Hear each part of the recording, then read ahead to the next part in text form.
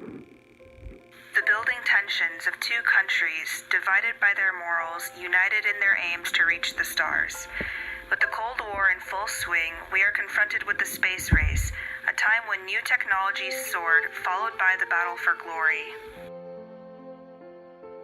Of nuclear war was balancing over the heads of several millions of people, both in the Soviet countries and in the United States.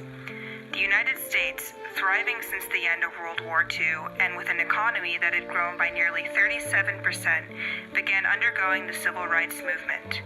Quickly becoming a major world power, the United States quickly became threatened by the world power of the Soviet Union. Many countries united under communist ideals, this union posed a threat to the democratic and republican views of the United States. Sputnik lifted at 22 hours 28 minutes Moscow time and entered orbit around the Earth. The first artificial Earth satellite in the world.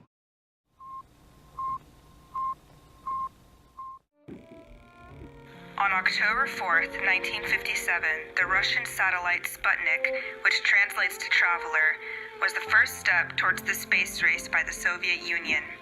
Invented by a group of scientists led by Mikhail Tikhonravov, created Sputnik under the design of Sergei Korolev. It was only the size of a beach ball when it was sent into space after being launched from Kazakhstan, reaching Earth's orbital path in a little over 95 minutes. It had 4 long whip-like antennas. It was designed to gather data pertaining to the density of the upper layers of the atmosphere. It had also been designed to observe temperatures in the atmosphere. Radio channels across the world would broadcast news about Sputnik for weeks, even after it had been launched and in orbit. The fear it prompted in the United States was immense. Many people wondered if the Russians were spying from space or if they planned to plant a nuclear bomb in Sputnik to detonate in America. This action alone prompted not only a numerous series of new technological advancements, but one of the biggest challenges mankind had yet to face, the race to the moon.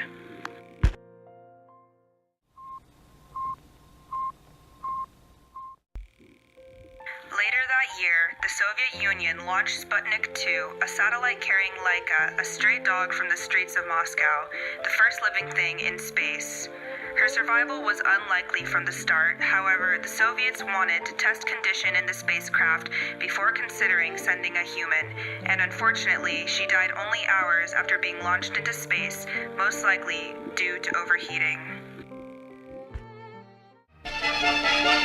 Today, a new moon is in the sky, a 23-inch metal sphere placed in orbit by a Russian rocket.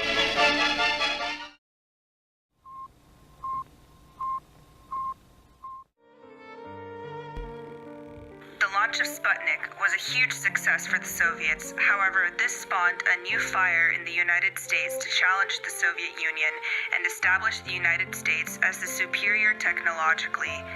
In return, they launched Explorer 1 on January 31st, 1958, a year after Sputnik was launched, creating the entire functional satellite in just 3 months with the guidance of Wernher von Braun.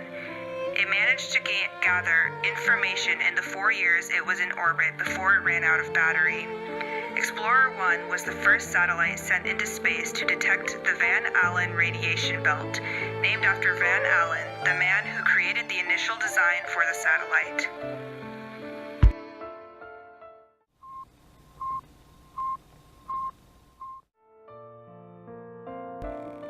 Throughout 1958, the United States continued the Explorer series in space with hopes of discovering more about the Earth.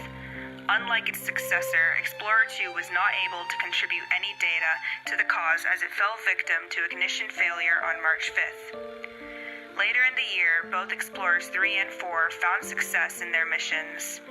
Explorer 3, launched on the 26th of March, was able to confirm the existence of the radiation belt first discovered by Explorer 1. Following the end of Explorer 3's mission in July, the Explorer was tasked with continuing the study of the belts, and on the 26th of the month was launched into space, finding out that the radiation belt held charged particles. The successes of the Explorer series seemed reaching the point of success when finally the last of the series, Explorer 5, had its boosters collide with the second stage on August 24th, 1958, throwing off the rocket launch angle.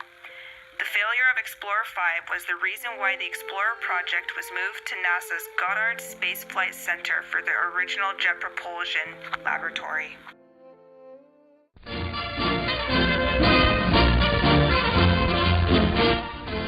Soviet Russia scores a dramatic victory in the exploration of space with the launching of the first rocket to hit the moon.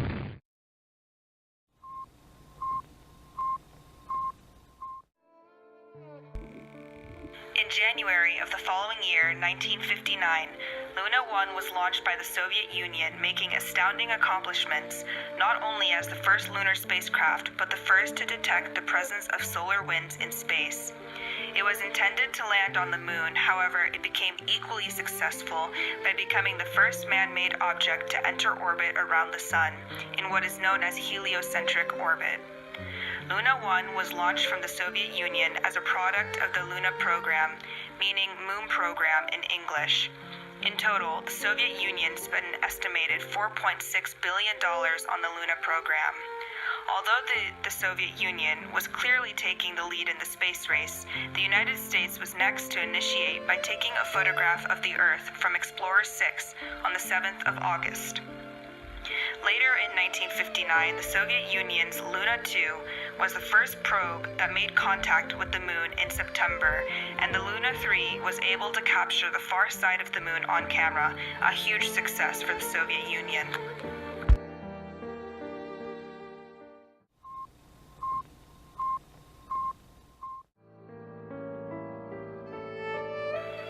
Once again, not long after the failure of Korabl-Sputnik 2, the Soviets made a huge leap ahead of the Americans in the space race in 1960 when they successfully sent 2 dogs, 42 mice, 2 rats, a rabbit, an array of plants and fungi into space. The 2 dogs aboard were named Belka and Strelka, translating to squirrel and arrow. After spending a day in space, all passengers survived and safely returned back to Earth on August 19th. This opened up a whole new window of space travel, now that the Soviet Union had proved that sustaining life was possible in space.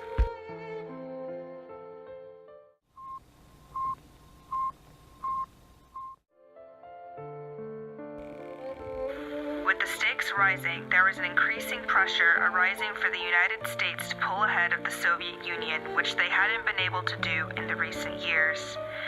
With the Soviet Union's new discovery of sustainable life in space, it was not long before the Americans were making new progress of their own. The Mercury Redstone 2 mission in January of 1961 was responsible for training and sending the closest relative cousin to us humans, the chimpanzee. 2 chimps were trained in the art of space travel, Ham being the primary chimp of the mission and his female backup, Minnie.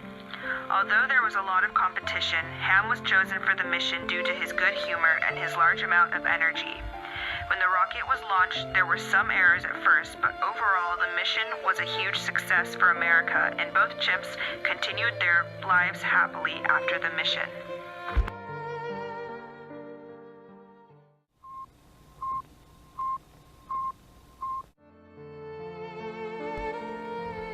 To counter Project Mercury, the Soviet Union initiated the Vostok program. With information gained from past projects, the Vostok program was set up for success. They first carried out several unmanned missions of varying degrees of success to develop the Vostok rocket family and space capsule. The 2 most successful being Korabl-Sputnik 4 and Korabl-Sputnik 5, being the 2 missions that made the first manned flight possible. The outcome, however, had been long awaited as the Soviet Union used all of their previous knowledge gained from their past missions into what could easily be the most important mission in the history of space travel, as it was the first to send mankind into space. The cosmonaut Yuri Gagarin was the first man to enter into Earth's orbit, while also being on board of the first manned spacecraft Vostok 1. Since the spacecraft was manned, it meant that Vostok 1 was designed to carry one man in a mission to orbit the Earth. There were several men qualified for the job, but Yuri Gagarin was the most popular. However, he was countered by German Titov. Nikolai Kamanin, the head of cosmonaut training, remained undecided between Yuri Gagarin and German Titov. However, Yuri Gagarin was chosen for the mission because he was identified as the strongest of the two to last the one-day mission. Poyechali, meaning go or take off, was the last thing Yuri Gagarin said before takeoff. Vostok 1 was launched on April 12, 1961, occurring 25 days before the United States launched their first suborbital flight. Once Yuri Gagarin successfully made it into space, Vostok 1 would retreat back to Earth and Yuri Gagarin would be released from the capsule, and with the parachute he would land in Kazakhstan. It was a massive success, and people all over Russia and the other Soviet countries celebrated immensely. The American reaction to Yuri Gagarin in space was astounded and frustrated. Newspapers were posted everywhere trying to pacify the crowds by telling them why the Russians were the first to space and how the Americans could beat them in the space race. One newspaper stated, "The first man on the moon, most likely he'll carry the hammer and sickle."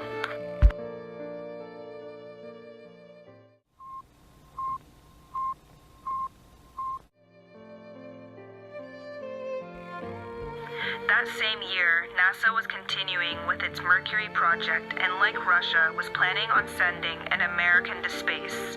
Alan Shepard, an important figure for America in the space race, was a part of the Mercury Redstone 3 project.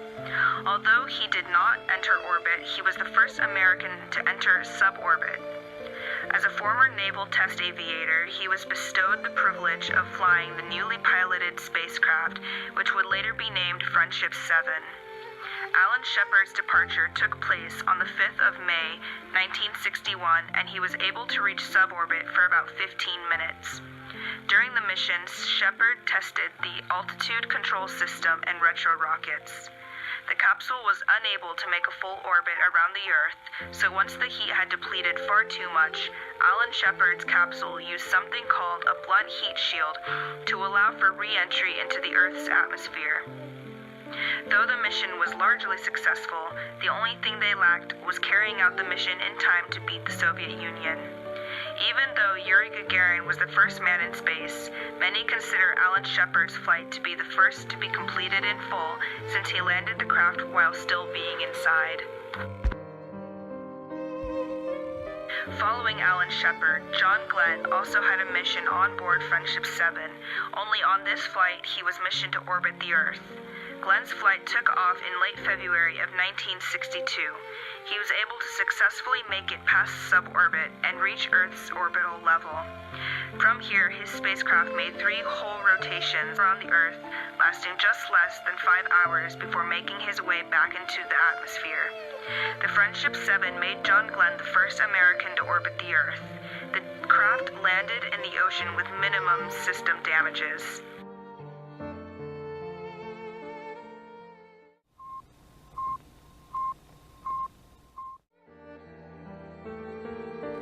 In 1963, the Soviet Union had already been successful in sending the first man into space. However, they now desired to discover how the flight and trauma would impact a woman's body. On June 16, 1963, after the failed Vostok 5 mission, they sent Vostok 6 into space, with the first female cosmonaut to be in space, Valentina Tereshkova. The previous Vostok 5 mission was designed to carry multiple female cosmonauts into space. However, the mission suffered a setback and was eventually canceled altogether. In Vostok 6, the flight was manually controlled by Tereshkova herself, and she kept a flight log talking about the experience. The photographs she took of space later proved the existence of aerosol layers in Earth's atmosphere.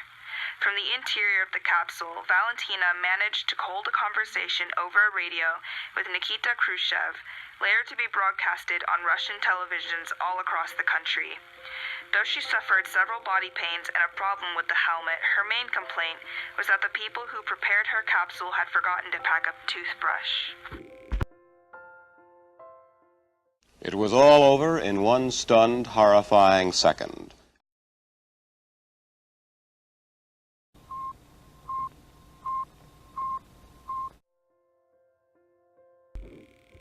After Valentina Tereshkova's successful two-day mission, former U.S. President John F. Kennedy made the bold claim that the United States would be the first country to send a man to the moon. Following this bold claim, he initiated Project Apollo.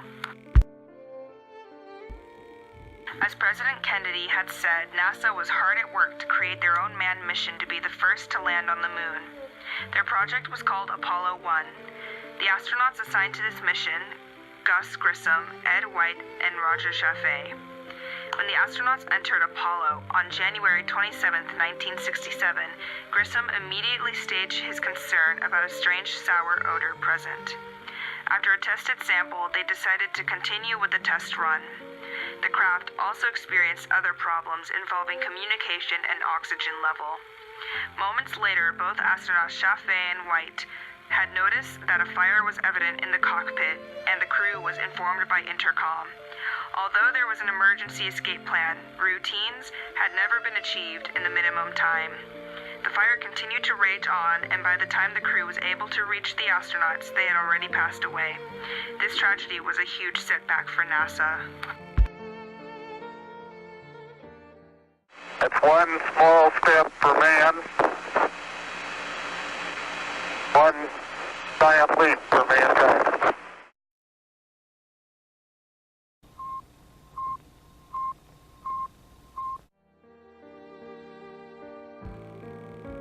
Finally, the event to end the space race, the event to be broadcasted on live television for the world to see, Apollo 11's moon landing. Apollo 11 carried Neil Armstrong and Buzz Aldrin, the first two men to set foot on the moon. The mission had long been in the wraps, as former President John F. Kennedy had said in the year 1961 that America would be the first country to send a man to the moon by the end of the decade. Surely enough, the mission was carried out exceptionally and ended the space race. The mission was organized to land on the moon and to collect material from the lunar surface. The Apollo lunar module, the Eagle, traveled from the Earth to the moon in less than 6 hours, and Neil Armstrong became the first man to step on the moon's surface, saying, "One small step for man, one giant leap for mankind." 19 minutes later, Buzz Aldrin joined him, and the two men gathered 47 pounds of material from the moon and made it back to Earth safely. In the Soviet Union, the moon landing was not made a big deal. Only a few articles were published under small headings. The people in Russia would go about their daily lives and ignore the fact that America had sent the first man to the moon. However, the same had more or less been done when Russia had sent the first man into space, Yuri Gagarin. Though Russia had prevailed over America for most of the space race, it did not come as a surprise to many that the United States had sent the first man to the moon. Many had doubted that their success would be possible with the death of the former head of space science, Sergei Korolev, and the succession of Vasily Mishin. Though the space race coincided with the Cold War, a time wrought with insecurity and fear, the legacy of the space race lives on, through the events in history and through the inventions and discoveries it brought with it.